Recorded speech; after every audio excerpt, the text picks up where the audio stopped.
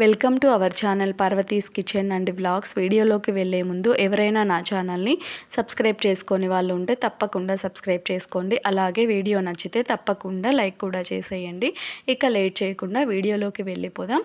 ఈరోజు నేను white sauce పాస్తాని ఎలా చేయాలో చూపించబోతున్నాను. మనము రెస్టారెంట్కి వెళ్ళినప్పుడు పిల్లలు ఎక్కువగా ఈ వైట్ సాస్ పాస్తాని ఇష్టంగా తింటూ ఉంటారు కదా.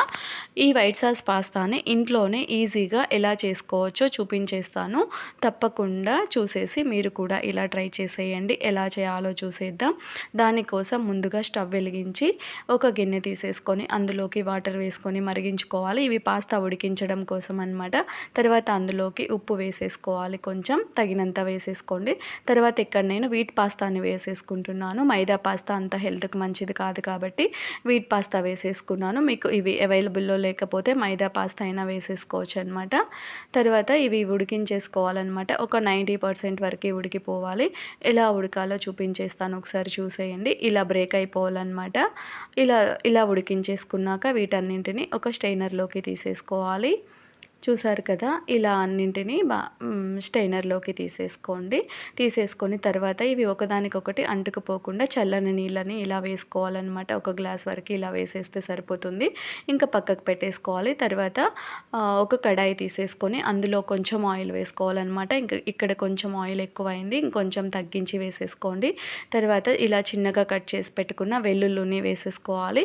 ఈ వెల్లుల్లి కొంచెం వేగిన తర్వాత ఇందులోకి పెద్దగా కట్ చేసి పెట్టుకున్న ఆనియన్ ముక్కలు వేసుకొని ఇందులోకి అన్నీ ఇలా పెద్దగానే ఉండాలన్నమాట. మిగతావి వెల్లుల్లి మాత్రమే చిన్నగా చేసుకోవాలి.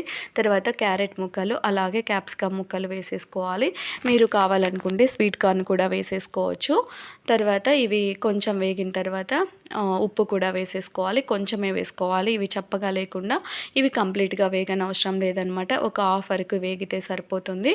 చూసారు కదా, ఇవి బాగా వేగనవసరం లేదు, ఒక కొంచెం వేగితే సరిపోతుంది అంతే. వీటన్నింటిని ఒక ప్లేట్లోకి తీసేసుకోవాలి. తర్వాత అదే కడాయిలో కొంచెం ఆయిల్ లేదు అంటే బటర్ వేసేసుకోవాలి. సన్ఫ్లవర్ ఆయిల్ వేసుకోండి. పల్లి ఆయిలు, పామ్ ఆయిల్ అవి లేకుండా సన్ఫ్లవర్ ఉంటే వేసుకోండి, లేదు అంటే బటర్ అయినా వేసుకోవచ్చు, బటర్ ఇష్టం ఉండేవాళ్ళు. తర్వాత ఇక్కడ నేను గోధుమ పిండి వేసాను అనమాట, ఒక 1.5 స్పూన్ వరకు. మీరు మైదా అయినా కూడా వేసేసుకోవచ్చు. మైదా హెల్త్కి అంత మంచిది కాదు కదా, దానికోసం నేను ఇక్కడ గోధుమ పిండి వేసేసుకున్నాను. తర్వాత ఇలా బాగా ఉండలు కట్టకుండా బాగా కలుపుకోవాలన్నమాట, లేదు అంటే ఉండలు కట్టిపోతుంది. ఇలా బాగా మిక్స్ చేసుకొని కాసేపు ఇలా అనుకోవాలి. ఇలా బాగా కలిపిన తర్వాత ఇంకా కొంచెం మిగతా పాలు ఉంటాయి కదా, అవి కూడా వేసుకుంటూ కలుపుకోవాలన్నమాట. ఇక్కడ చూస్తున్నారు కదా, ఇలా మీరు తీసుకున్న పాస్తాను బట్టి పాలు కూడా తీసేసుకోవాలి. ఇలా బాగా కలుపుకోవాలి.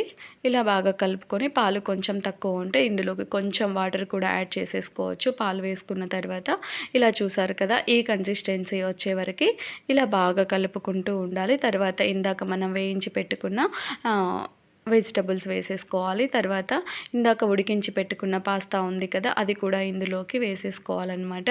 వేసేసుకొని ఇలా మెల్లగా వేసేసుకొని కలిపేసుకోవాలి. ఇదంతా ఆ మిశ్రమం అంతా ఈ పాస్తాకి పట్టేలా ఇలా బాగా కలుపుకోవాలి. మీకు ఇంకా కొంచెం పలుచగా కొంచెం లూజ్గా కావాలి అనుకుంటే మీరు కొంచెం పాలు అయినా వేసేసుకోవచ్చు, సరిపోతుంది.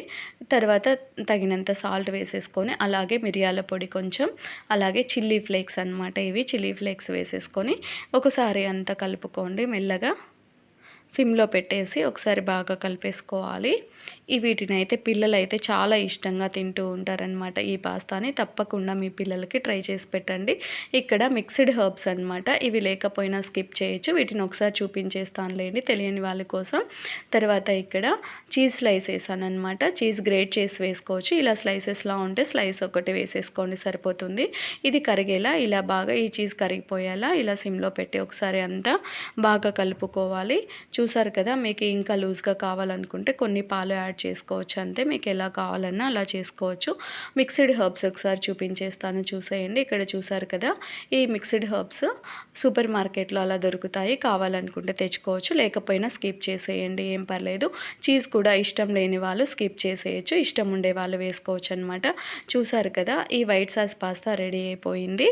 ఇది చాలా చాలా టేస్టీగా ఉంటుంది. ఇది మార్నింగ్ బ్రేక్ఫాస్ట్కి అలాగే ఈవినింగ్ అలా ఆకలి అవుతూ ఉంటుంది కదా, స్నాక్స్ టైంలో అప్పుడైనా చేసేసుకొని తినేసేయచ్చు. పిల్లలైతే దీన్ని చాలా ఇష్టంగా తినేస్తారనమాట. ఇలాంటి మరికొన్ని రెసిపీస్ కోసం నా ఛానల్ని సబ్స్క్రైబ్ చేసుకోండి.